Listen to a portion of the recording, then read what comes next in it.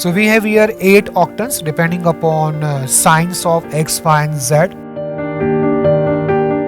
Lambda y, lambda z, where lambda is constant having positive value. This will rotate this bolt about its axis. Axis of bolt means line passing through center of the bolt. When 3 vectors are coplanar, we can express one vector as a linear combination of the other 2 vectors.